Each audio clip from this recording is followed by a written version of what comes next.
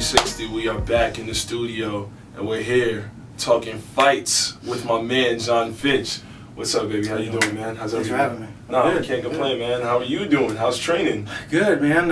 It's kind of good to have a little mental break doing the press stuff today. You know, you're talking a lot about the fight, but it's keeping my head off the fight because I'm moving around doing a lot of stuff, so it's good. Man, how do you feel about having to finally be able to fight this guy? I know that you guys were supposed to fight in April. There were some pushbacks, and now it's finally here on Saturday. World Series of Fighting in Las Vegas, right? We're supposed to fight a few times. Oh, you know, it just didn't work out. April, then July, and then whatever. So, whatever. The past is the past. We got a fight on Saturday. That's what really is important. I'm excited to get this title shot. You know, it's the second title I've fought in my career, or actually third. I won an 8-man tournament down in Mexico a long time ago. Nice. Back when we still fought tournaments in one night. Wow. Yeah. How old were you then? Man, that was like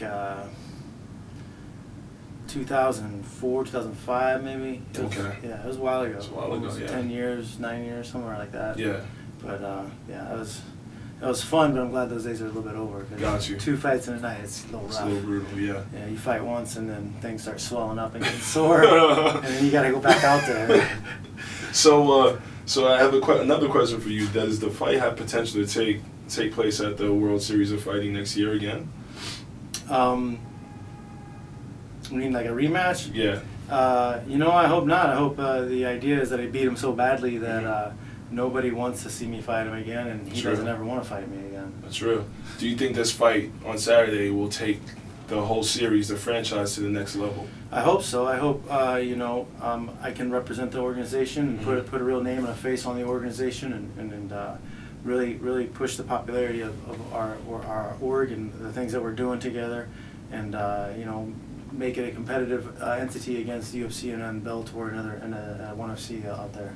Nice, man. Nice. Now, as far as UFC goes, since you just brought that up, what's the biggest difference if you've experienced the UFC, like that you could say between this and that? You know, pay is a little different because you know they just have more money to throw around. But we have a lot more freedom with sponsors than with the UFC. Also, you know, I think that the UFC kind of focuses just on their brand. You know, they want to just keep forcing the brand on people. Where Bellator, ONE FC, and especially World Series of Fighting, they're focusing on the fighter and the athlete. Yeah. You know, fans want heroes. They want a name. They want somebody to follow. They don't just want a brand. They don't want a label like on their jeans. They want a person to follow. They want somebody to believe in and look up to. Yeah. Now, what would you say is the most satisfying, or the craziest, the best victory moment of your career so far? Mine so far has been, I think, the fight I had with Eric Silva. Because of the situation I was in financially struggling. You know, I needed a big win. I knew that the UFC was not happy with me, and there was a good chance that if I lost that fight, I was going to get cut. He was a young, up-and-coming, exciting guy. They were talking about him being the next GSP. You know, and it was a big fight for me. I was coming off of a 12-second knockout, so people were writing me off, oh, he's done. And it was just one of those things that I called it like Babe Ruth, pointing to the center field. You know, I said I'm gonna beat this kid. I'm gonna do it, and in such an exciting way. It's gonna be fight of the night. I came through. I delivered, and it was an amazing feeling because it was in Brazil too, against a Brazilian in his hometown. You know, when I'm weighing in, they're chanting in Portuguese, "You're gonna die, you're gonna die," and then you know it was a Rocky moment halfway through the fight. You know, the Brazilians were cheering for me. So I always take that memory with me as one of my best. That's awesome. Growing up, did you have a favorite fighter and why? You know, when I was growing up, there wasn't fighting. There was boxing. You know. So it was a little different than it is these days. You know, I kind of feel aged because I've met some fans who come up to me, oh man, I've been watching you since I was a little kid. And I'm like, oh, man. Yeah, definitely hear you on that. It's a little awkward. Yeah, like, wow, since you were a little kid? Like, yeah, I was 10 when I first saw you fight. Oh, wow. Definitely now they're in college, and Yeah, it's crazy. So, but it's good. It's awesome to know that you had a positive impact on people's lives like that. And, no, that's awesome, man. You know, it makes me proud to have made the decisions I made in my life. That's awesome. Do you have a current favorite fighter?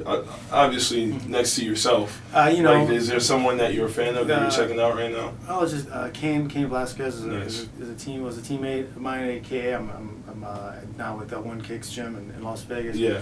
And Daniel Cormier is just, you know, he's just an awesome guy, and I can't wait for him to win that belt in January against John Jones. You know, Cormier is an awesome person, and I think all my teammates at AKA are my favorites, and I'm gaining some new favorites now with my new team. That's awesome, man. And speaking of fighters and favorites, I have something special for this next question. I just got to bring it out because it's related to. You got to hold on to it too. You just got to have it just strapped around you or something. How do you feel about CM Punk joining the fight world and joining UFC? Your thoughts on that? Wait. We gotta help you out here. You help me out. Wait, yeah. right through the arm. There we are. Right. Much better. There we are. You know, I kind of called this a while ago. You know that if we don't make this sport about the sport and about winning and losing and about who's the best at the techniques, it's just going to turn into a spectacle. And then there's not going to be a reason to train martial arts. It's just going to be popularity contest. Let's make two popular people fight for money. You could take two famous actors or two famous rappers and pay them millions of dollars to fight each other, and you're going to get bigger pay-per-view sales. But that doesn't do anything for the sport. That doesn't do anything for martial arts. And it's going to ostracize and keep a lot of hardworking fighters in the poorhouse. I definitely hear you on that, man. I'm not a big fan of it. I don't know him. I don't know what skill set he has, but like he's unproven completely. He has no amateur combat experience. So I don't know. I just hope we haven't made a turn for the worse in the sport. Well, we'll figure it out. I mean, I'd argue, man. I think a lot of people want to see Diddy versus Drake in the octagon. I think so. They would. No, I can guarantee you would get more people watching that. But you could also, if you put George Clooney at quarterback for the Patriots, you might get more people watching. Exactly, too. That would be pretty funny. Yeah. Or you could put Mickey Rourke with a homeless guy. Or Mickey Rourke, yeah. Dad fighting for a sandwich. Awesome, man. Now, John, you came out your first World Series of Fighting fight with only your second submission loss ever. Yeah. Now, what have you been able to do to bounce back since and to get this title? I've gotten my head back to where it needs to be. Nice. So much fighting and life is mental, and where you are mentally. You can be the baddest fighter in the world, but if you don't have the right mental approach to the fight, or you don't have your mind in the moment, bad things happen, and that's exactly what happened to me. My mind was not in that moment.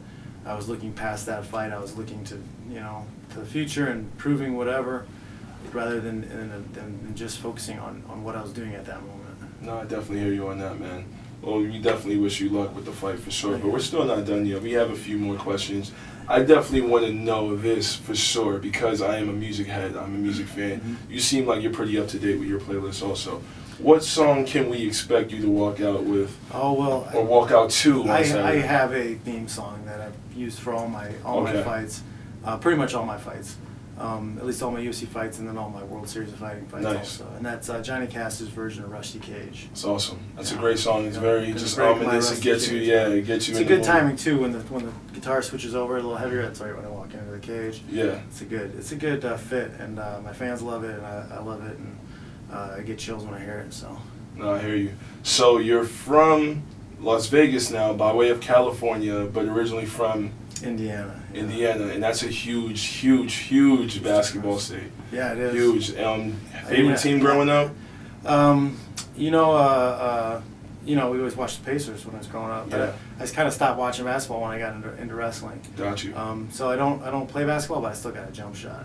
Nice. And you went to school at Purdue. Went to school at Purdue and wrestled. Yeah. You wrestled there at Purdue also. Were you big into other sports, or just focused on wrestling? I thought I was going to play professional football for like most of my life until I was in high school senior, and I realized that I wasn't tall enough, wasn't fast enough, and wasn't big enough to play football. So I started focusing on a wrestling career, and I really went to college to wrestle, and I walked on there, and by the time I left Purdue, I had a scholarship, and I was a team captain. That's awesome, man. Now, what's one funny thing or one random thing that your fans, and even including myself, would never be able to guess about you that you're into? Is there one specific hobby? Is there just something that you like to do on your downtime? Well, I've been trying to teach myself ukulele for a few years. Oh, nice. So I want my kids to have some kind of music in their life. So I started teaching myself that.